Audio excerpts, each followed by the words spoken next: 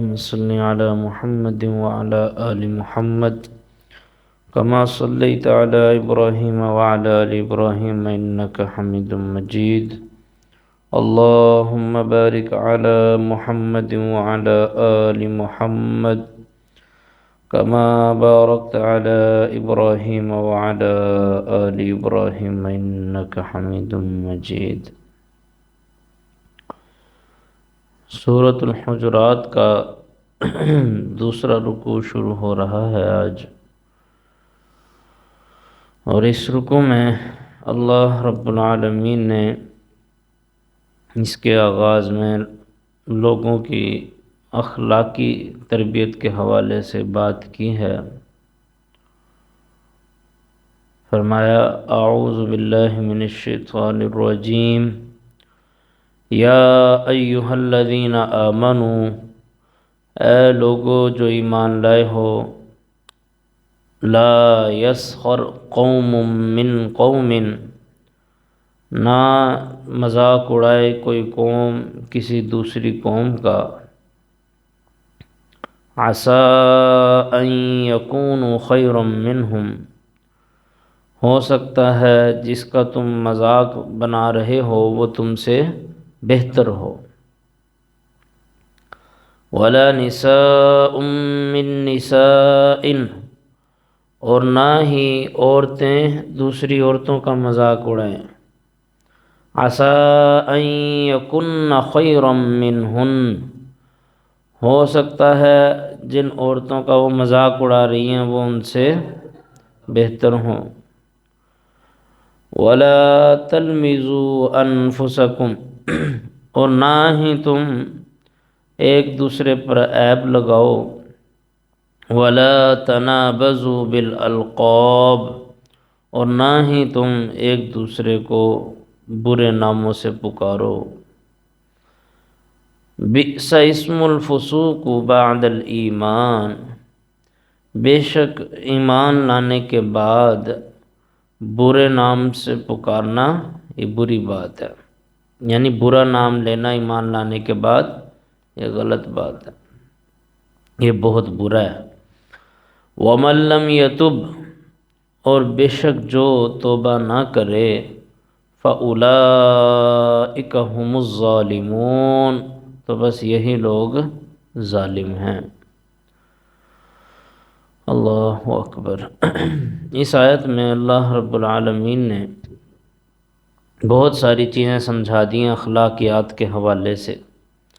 جیسا کہ آپ کو پتہ ہے ہم پچھلی آیات میں یہ پڑھ کر آئے ہیں کہ جب دو مسلمان گروہوں کے درمیان لڑائی ہو جائے تو ان میں صلح کروا دیا کرو، اور اس کو تفصیل سے بتایا ہے۔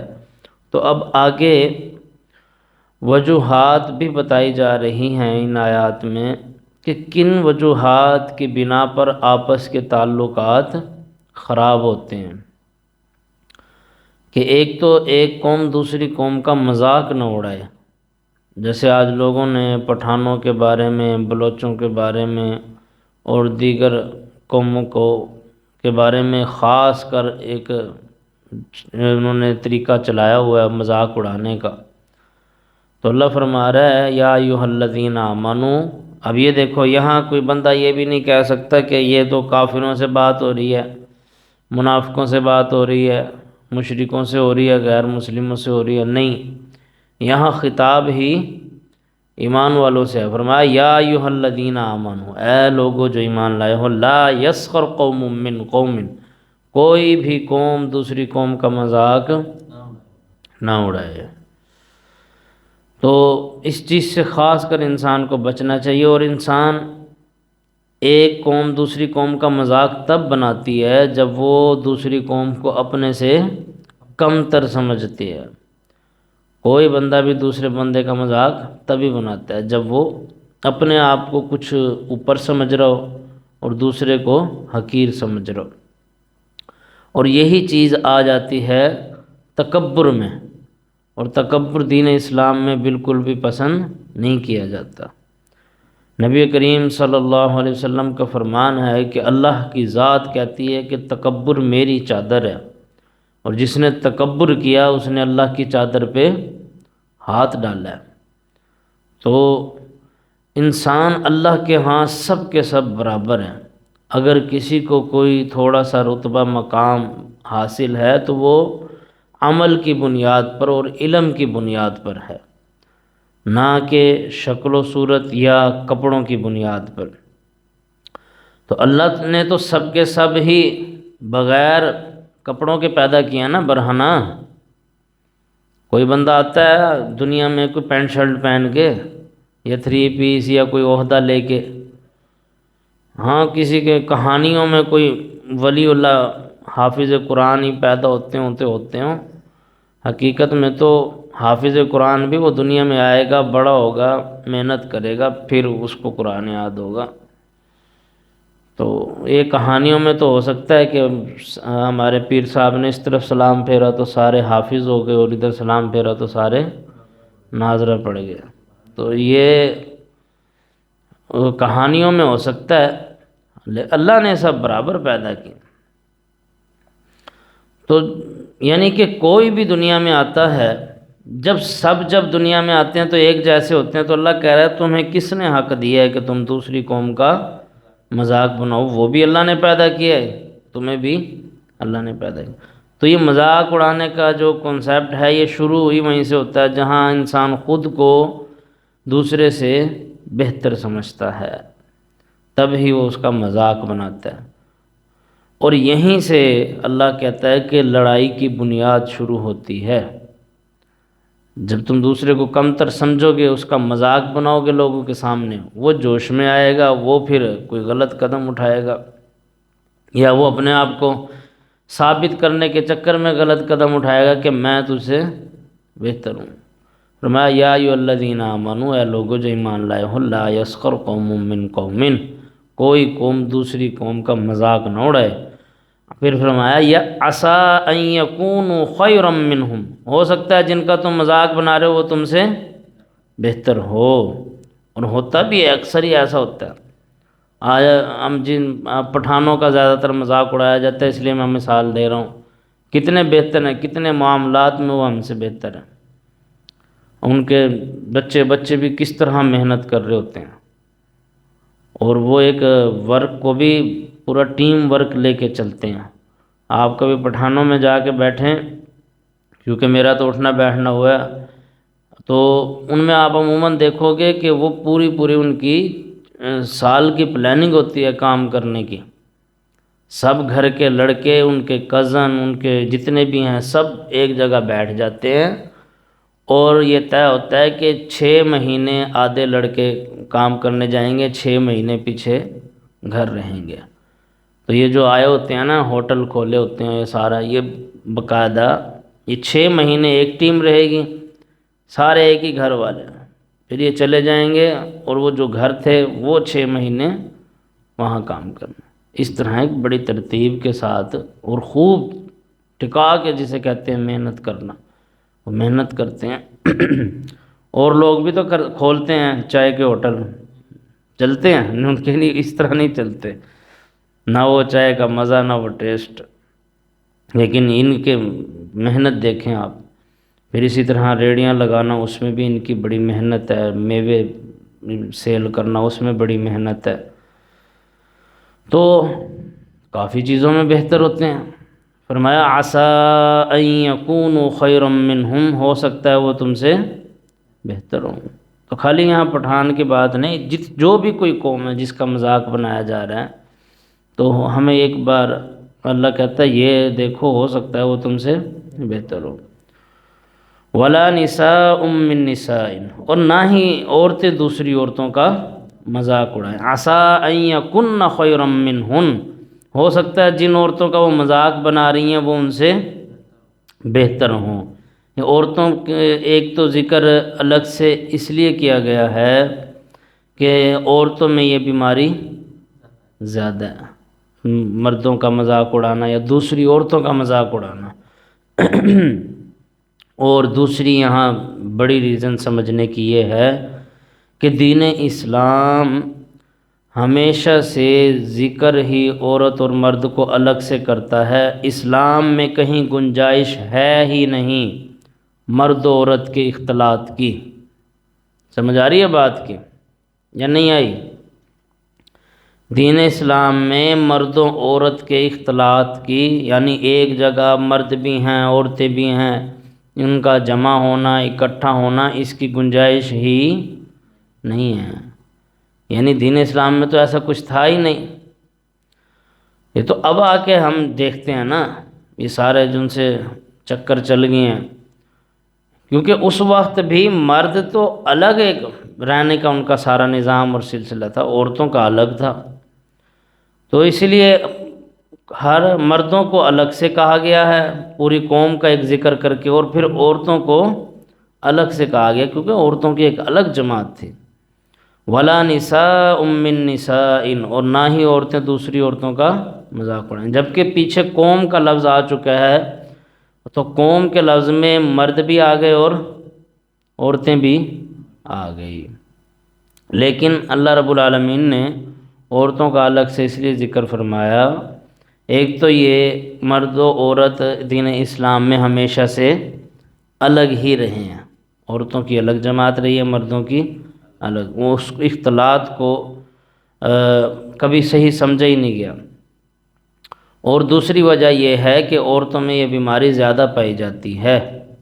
حضرت عائشہ رضی اللہ عنہا نے آپ صلی اللہ علیہ وسلم کی ایک زوجہ کے بارے میں کہہ دیا کہ اس کا تو قد چھوٹا ہے۔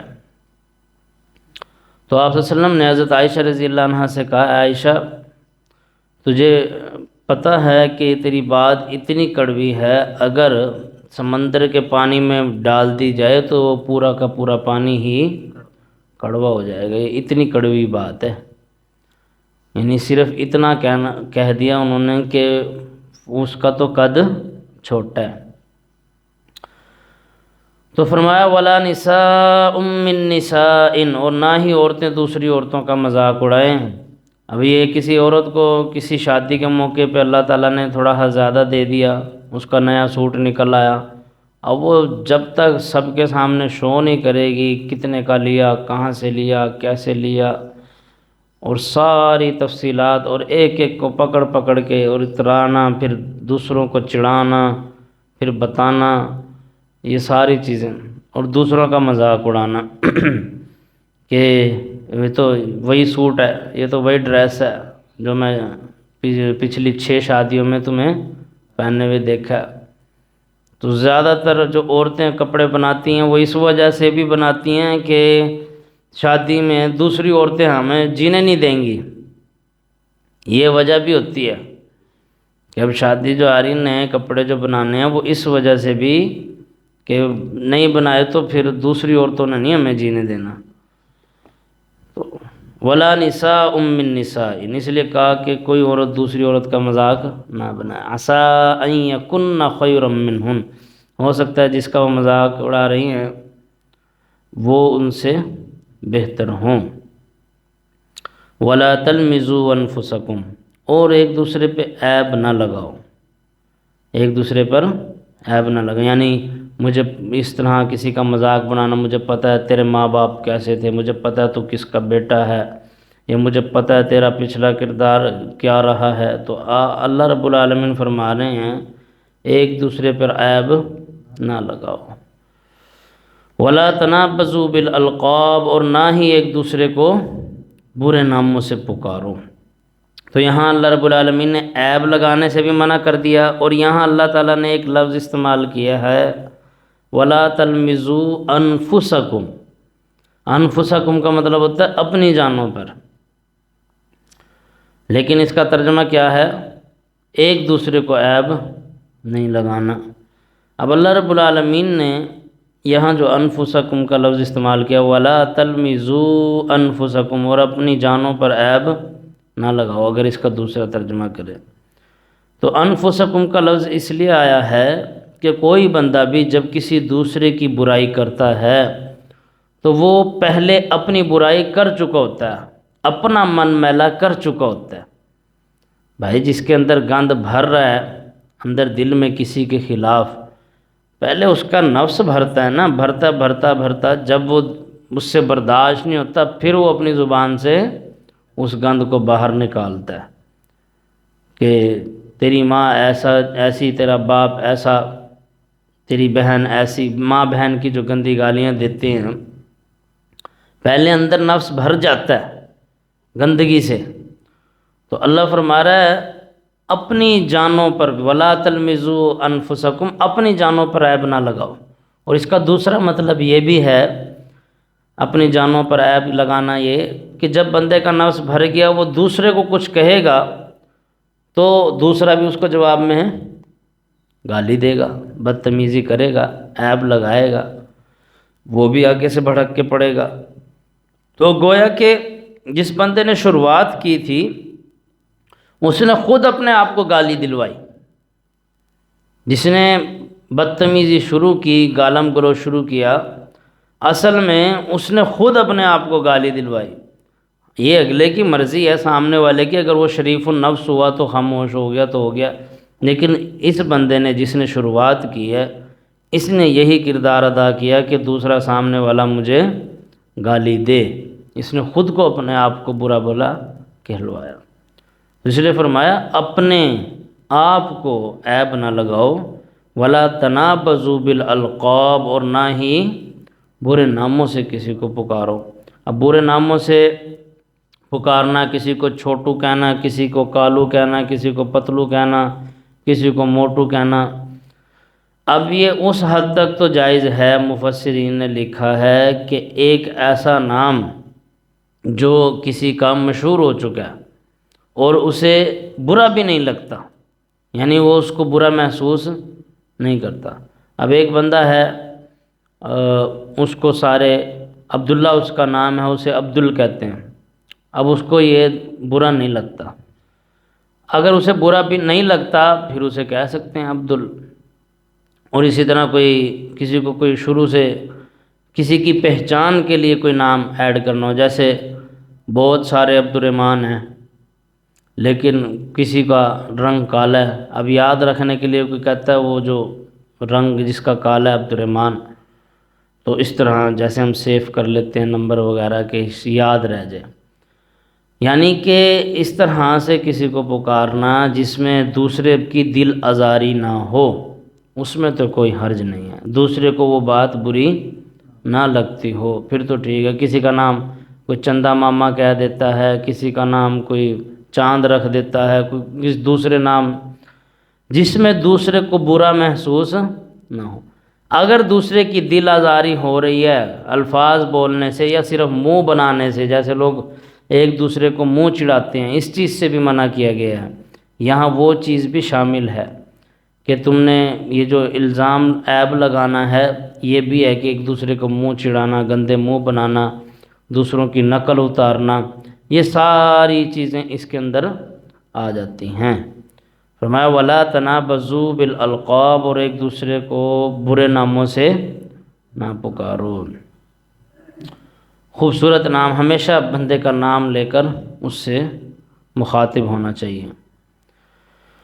اللہ اکبر. پھر فرمایا بئس اسم الفسوق بعد الایمان، بہت برا ہے ایمان لانے کے بعد برے ناموں سے پکارنا.